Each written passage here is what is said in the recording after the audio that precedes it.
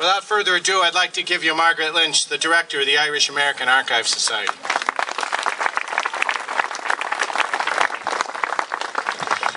If you'll bear with me, I told everyone that I wanted to have my say today as well. So a few weeks ago, I was on the docks at the Port of Cleveland. I stood before a massive ocean-going container vessel that had carried the Johnny Kilbane sculpture to Cleveland. I told my companions, this all started as a plaque. The journey from a plaque to an artwork of world-class significance was an amazing one. It's a journey that took a family, a neighborhood, a community, a special artist of extraordinary sensitivity, and now all of you. First, the family. Johnny Kilbane's daughter, Mary O'Toole, lovingly tended the photographs, mementos, and stories of her father's career as boxing's longest reigning world champion. Today, 22 of the direct descendants of Johnny and Mary O'Toole are with us today. Let's recognize them with a round of applause. I'll let Johnny's great-grandson, Kevin O'Toole, stand in for those 22. It took Kevin combing through those old photographs, as well as public records, to create a website in his great-grandfather's honor and to embark on the quest to restore that rare nitrate film that his grandmother had so innocently saved. Then it took the Irish-American community. Let's start with everyone who grew up thinking they were related to Johnny Kilbane. Shirt-tail cousins, distant relations, or no relations at all, no matter what your grandmother told you. And it took the fact that that web of cousinship extends, let's face it, to all of the many Clevelanders whose families originated on Ackle Island or first settled in the Angle near St. Malachy's, as Johnny Kilbane's family and so many of our families did. It took Johnny staying in Cleveland rather than taking his talents to New York.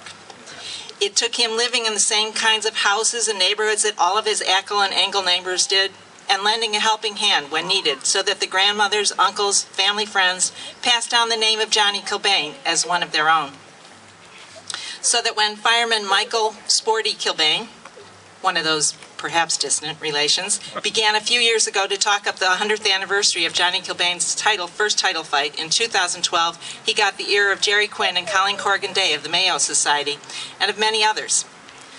When another one of those distant Kilbane relations, Galway-based filmmaker Des Kilbane, brought a documentary film about Johnny to the Cleveland International Film Festival in 2013, the screening sold out many times over. The Irish-American community had already supported the famine memorial in the Flats, the renovation of the cultural gardens, and we were gratified and hopeful to think that they might support our project as well. This journey took an organization devoted to the history of the Irish in Cleveland, the Irish American Archives Society. It's an organization that had acquired the capacity and community standing to lead the effort that Sporty had begun, so that when the Archives Society pitched collaboration on a display about Johnny Kilbane, the Cleveland Public Library and its chair, Tom Corrigan, were willing to say yes. Tom believed so strongly in the endeavor that he subsequently joined our board and now serves as our president. But we also needed another community, a neighborhood poised at the crossroads between old and new. Johnny Kilbane happened to have lived on West 74th and Herman, a few blocks south of here at the time of his first title fight. This is a neighborhood that had strong Irish presence since the 1870s and launched the first home of the West Side Irish American Club in the early 1930s. But it's also a neighborhood that has had many caring stewards, a proud succession of working-class people, not just Irish, but Romanian, Italian, Appalachian, and Hispanic.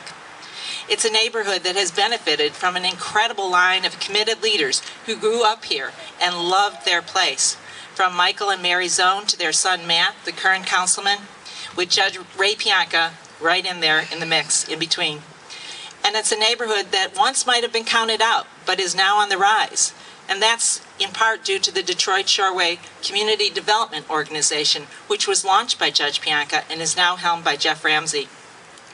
This has become a neighborhood of artists, entrepreneurs, urban pioneers willing to take a chance, such as a theater artist at Cleveland Public Theater and Near West Theater, Eileen Salmon and Pete Lemonahan at Stone Mad, and Sean Kilbane at the Happy Dog Saloon. We found ready and willing partners in this neighborhood. In fact, the neighborhood upped the ante. We're standing on the site of the former Ever Ready battery factory. The complex had been shuttered and abandoned since the 1970s. In 2005, the Maroos family, owners of Vintage Development Group, led an extraordinary partnership of public and private resources to reclaim the brownfield, and in an incredible act of faith, started construction on the townhouse development that takes shape around us today. The Maroos brothers had envisioned public art as part of their development plan, and I well remember the day that Matt Zone took us on a tour of the area and challenged the Irish American Archives Society to think bigger than a plaque. It also took intrepid homeowners who shared the developer's vision of an artful place, and as Matt described to you, were willing to spend hours of their own time to hash out the goals for what was now evolving into the Johnny Kilbane Sculpture Project. And if all that wasn't enough, it took an exceptional artist. Archives Society board member Tom Scanlon had challenged us to include an Irish artist in the mix of those we were considering. By some miracle, we found our way to Dublin-based sculptor Rowan Gillespie, and something about our plucky undertaking appealed to him. We're still not sure what. After an interview process, we gave Rowan an impossible design brief, as Matt discussed, a very long list of everything we hoped that his work would express. We wanted one single sculpture to convey the story of a man's whole life, the story of a neighborhood, a community, of an entire city. We urged Rowan to take in the urban skyline in the distance over there, the ore ships out on the lake and the freight trains that provided Johnny with his first jobs and are still the engines of our city's industrial might. We reported to him that Cleveland had been the 5th largest American city during Johnny Kilbane's prime. And we insisted that though it has since plummeted to 45th in size, we still have the foundations and aspirations of a great American city. Johnny was able to reinvent himself several times in a life filled with losses as well as achievements, and we wanted Rowan to link that personal story of resilience with the story of a neighborhood and a city in the process of reinvention and transformation. Tell a story that's emblematic of the Irish-American experience, we said, but also, while you're at it, tell a broader story that speaks to a city of immigrants from all over the world. And Rowan Gillespie has our everlasting gratitude for listening patiently, observing keenly, and reflecting deeply. He responded with 3 figures that trace the arc of an individual life, but also speak actually to everything else we had asked for. He worked with unfailing care and attention to detail, casting the bronze himself, creating the sculptures himself, driving them himself to Antwerp so that they could be shipped on a direct route to Cleveland, a service that our Port Authority had just launched this summer.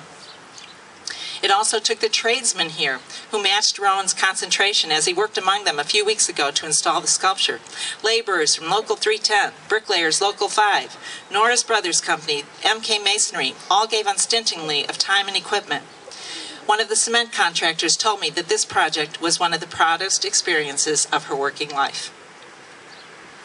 Throughout this journey, I've been struck by how often people express personal motivations for their involvement.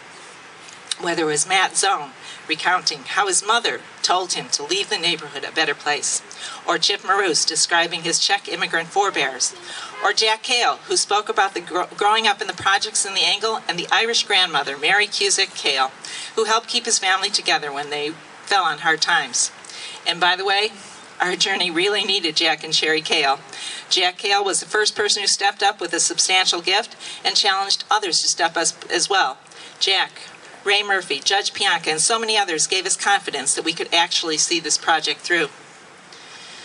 For me and my family, the inspiring person was my grandmother, Beatrice Gallagher Lynch. My grandmother grew up in the Angle. She was about 10 years younger than Johnny and was one of those kids who looked up to him and saw him as one of their own. My grandmother was a wonderful storyteller. Her storytelling about the Angle, about Johnny Kilbane, about our family, gave me a love of history. And I saw honoring Johnny Kilbane as a way to honor her. And also, my parents, Tom and Margaret Lynch. My parents, as many of you know, have also valued and protected our Irish heritage and passed the burden and the privilege on to me. Yes.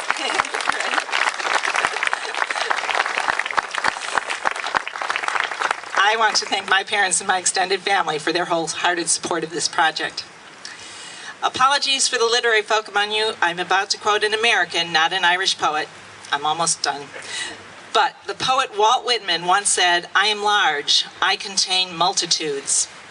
We are here today because the skillful hands and huge heart of Rowan Gillespie have brought to life an individual story that contains multitudes. Those multitudes now include all of us, all of our hopes and aspirations, sorrows and joys.